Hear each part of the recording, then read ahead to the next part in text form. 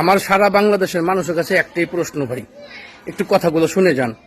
আমার জানা মতে, আমার চোখের দেখায় এখন পর্যন্ত হিরো আলমের নামে কোনো অভিযোগ নেই। সে টাকা লুট করছে, টাকা পাচার করছে, টাকা বিদেশে নিয়ে পালায় গেছে, কোনো দুর্নীতি করছে, এরকম কোনো অভিযোগ নাই।